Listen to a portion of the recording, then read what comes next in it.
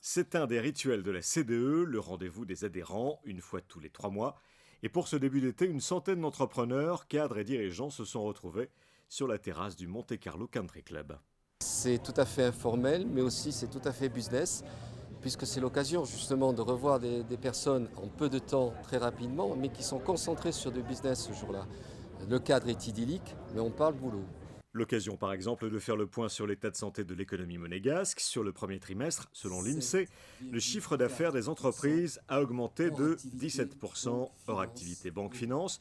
Dans le secteur bancaire précisément, les actifs et les dépôts ont eux aussi augmenté, passant de 73 à 80 milliards d'euros en 12 mois.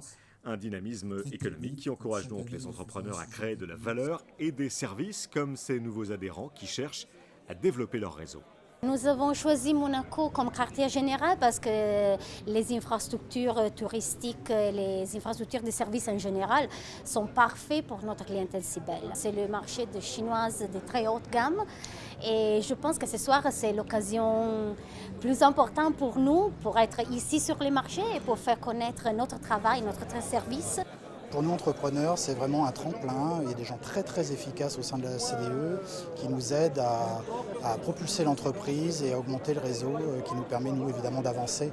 Et là, le réseau est quelque chose d'absolument primordial pour un entrepreneur. Clairement c'est une place fantastique, Monaco et Monte Carlo, pour faire ce que nous faisons, c'est-à-dire de la vente, de l'acquisition et du management de yachts et d'avions. Et au-delà des réunions d'adhérents, la CDE propose des rendez-vous plus techniques ou un focus régulier sur des marchés étrangers, sans oublier les missions de prospection économique. La prochaine, ce sera la Turquie, Istanbul, en novembre 2012.